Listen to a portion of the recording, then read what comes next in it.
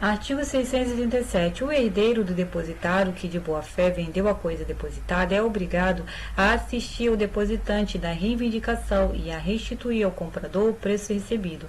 Artigo 638. Salvo os casos previstos nos artigos 633 e 634, não poderá o depositário furtar-se a restituição do depósito, alegando não pertencer a coisa ao depositante ou opondo compensação, exceto se noutro depósito se fundar.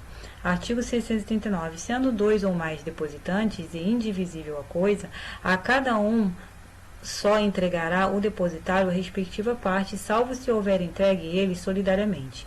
Artigo 640. Sob pena de responder por perda de danos, não poderá o depositário, sem licença expressa do depositante, servir-se da coisa depositada, nem a dar em depósito a outrem. Parágrafo único. Se o depositário devidamente autorizado confiar a coisa em depósito a terceiro, será responsável se agiu com culpa na escolha deste. Artigo 641. Se o depositário se tornar incapaz, a pessoa que lhe assumir a administração dos bens diligenciará imediatamente restituir a coisa depositada e, não querendo ou não podendo o depositante recebê-la, recolherá-la ao depósito público ou promoverá a nomeação de outro depositário. Artigo 642.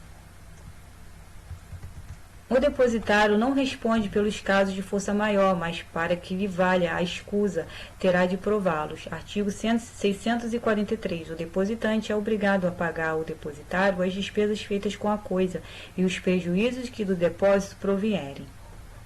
Artigo 644. O depositário poderá reter o depósito até que se lhe pague a retribuição devida, o líquido valor das despesas ou dos prejuízos a que se refere o artigo anterior, provando imediatamente esses prejuízos ou essas despesas. Parágrafo único. Se essas dívidas, despesas ou prejuízos não forem provados suficientemente ou forem líquidos, o depositário poderá exigir caução idônea do depositante ou, na falta desta, a remoção da coisa para o depósito público até que se liquidem. Artigo 645. O depósito de coisas fungíveis, em que o depositário se obrigue a restituir objetos do mesmo gênero, qualidade e quantidade, regular-se-á pelo disposto acerca do mútuo. Artigo 646. O depósito voluntário provar-se-á por escrito. Seção 2. Do depósito necessário.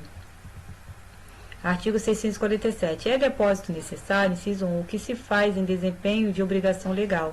Inciso 2, o que se efetua por ocasião de alguma calamidade, como o incêndio, a inundação, o naufrágio ou o saque. Artigo 648. O depósito a que se refere o inciso 1 do artigo antecedente reger-se-á pela disposição da respectiva lei e, no silêncio ou deficiência dela, pelas concernentes ao depósito voluntário. Parágrafo único. As disposições deste artigo aplicam-se aos depósitos previstos no inciso 2 do artigo antecedente, podendo estes certificarem-se por qualquer meio de prova. Artigo 649. Aos depósitos previstos no artigo antecedente é equiparado o das bagagens dos viajantes ou hóspedes nas hospedarias onde estiverem.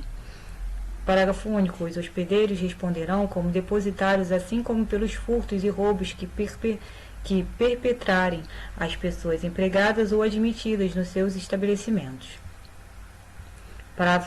Artigo 650. Cessa, nos casos do artigo antecedente, a responsabilidade dos hospedeiros se provarem que os fatos prejudiciais aos viajantes ou hóspedes não podiam ter sido evitados.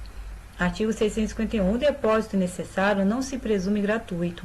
Na hipótese do artigo 649, a remuneração pelo depósito será incluída no preço da hospedagem. Artigo 652. Seja o depósito voluntário ou necessário, o depositário que não o restituir quando exigido será compelido a fazê-lo mediante prisão não excedente a 1 ano e ressarcir os prejuízos. Capítulo 10 do mandato, seção 1, disposições gerais. Artigo 653. Opera-se o mandato quando alguém recebe de outrem poderes para, em seu nome, praticar atos ou administrar interesses. A procuração é um instrumento do mandato.